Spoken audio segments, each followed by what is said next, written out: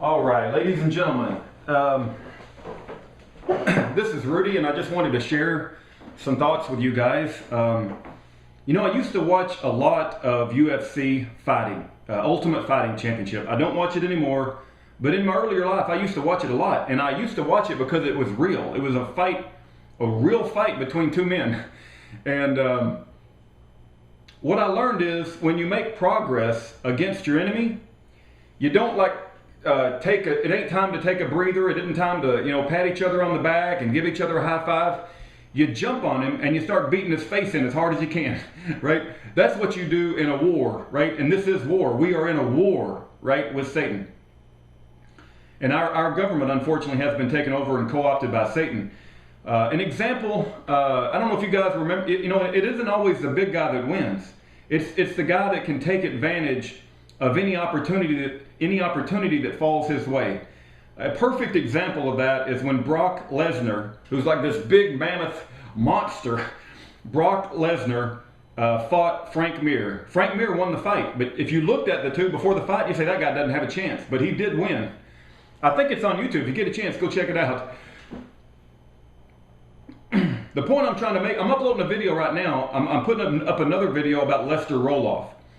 Lester Roloff, let me just share the story with you guys if you guys don't want to watch the 50-minute video. But Lester Roloff was running a girls' home that brought wayward girls to Christ.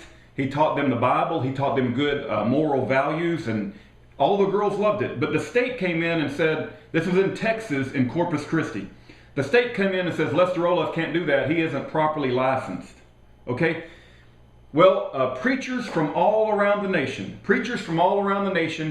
came and supported Lester Roloff in Corpus Christi, and Lester Roloff was quoted as saying, I'm not shutting my school down, they'll have to come in here over my dead body. All the preachers came and supported Lester Roloff, and they stood up against the government. You know what happened? The government didn't do anything while all those preachers were down there. I'm talking about hundreds of preachers, right? So the government did not come and execute their enforcement of their so-called license laws and shut his girls' home down because all the preachers were there. But eventually all the preachers had to go home. Just like in the Bundy situation, all those thousands of patriots that showed up and helped the Bundys, eventually they'll have to go home. They can't hang out in Nevada in this desert forever, right? And so eventually it's going to be just Clive Bundy and his family. Let's think about this, right? It's exactly like the Lester Roloff situation. When all the preachers had to go back home, and eventually they did, and Lester Roloff was left there alone, the government moved back in and they shut his home down. They shut the girls' home down.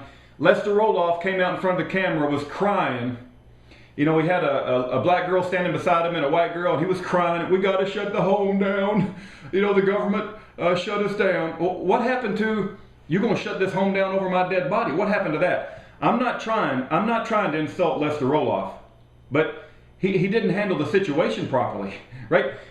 It was easy to predict that all these people had to go home. They can't stay there forever to protect the home.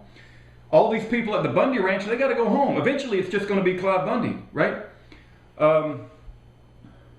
Listen, just like in the UFC fight, you got to go for the jugular. When you got your enemy, when you've hit him upside the head and you got him backed up a little bit, it isn't the time to slap each other on the back and give each other a high five and talk about what a good job.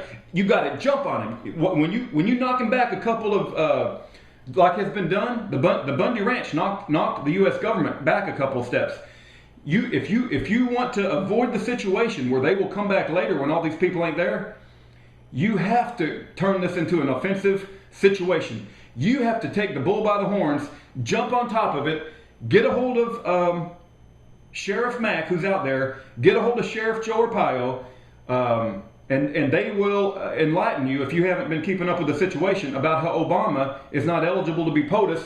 Turn this thing around and make it an offensive weapon against the government. You got to be offensive against them. You got to jump on top of them and start beating their face in, right? As a Christian, that may be a little silly for you guys to hear me saying something like that, but when you're in a war, right, and you've got a little bit of progress forward, you got to take advantage of that momentum. You don't sit back and like everybody talk for 2 or 3 weeks about what a good job we did while the rest of the country's falling apart.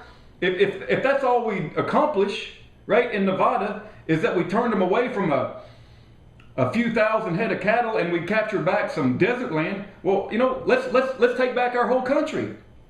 Look, I'm not the smartest guy in the world. I'm not trying to tell you guys what to do, and I can't tell you how grateful I am that you guys did what you did. But you obviously got the gonads to lay your life down on the line to do what's right. I'm saying you can do a whole lot more than just recover your cattle ranch. You can do a whole lot more than that.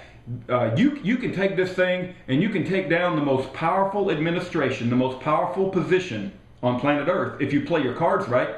It's within your power. And if you don't, when all those people leave your ranch, just like they left Lester Roloff, they're going to come back after you and you ain't going to have nobody there to help you. You got to turn this thing offensive while you got the momentum and while you got the national spotlight, and learn from what Lester Roloff's mistakes were. And learn what happens in a UFC ring.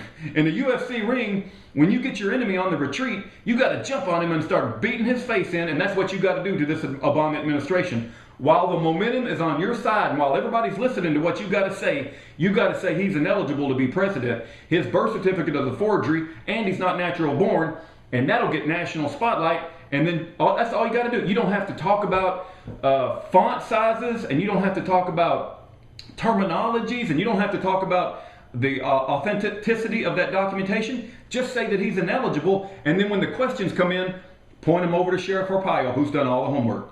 And if you want somebody to come in and speak from a black man's perspective, bring in Pastor James David Manning.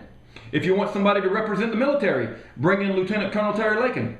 You don't have to answer any questions. Just say that he's ineligible and let them come in with all the answering all the questions. They've got everything figured out, right? You better go offensive, otherwise when all these people leave your ranch, you're going to be in a Lester Roloff situation. It's going to be bad news. I'm not trying to act like I should be telling you what to do, and ultimately what you do is your decision. I respect the fact that what you've done so far, and I respect and am grateful that you have given the Patriots a little victory here. But I'm asking you, sir, please consider what I'm saying, pray about it, and then ask the Lord what you think you should do. But I'm saying you can go all the way. You got the opportunity to get our country back. If you take down Obama administration and put this country back in the hands of righteous leadership, you've got the opportunity. Don't pass it up, sir. Don't pass it up. May God bless and protect and give encouragement to the righteous and give courage to the righteous. And may God Almighty, whose name is Jesus Christ, bring divine justice to the cowards and the wicked.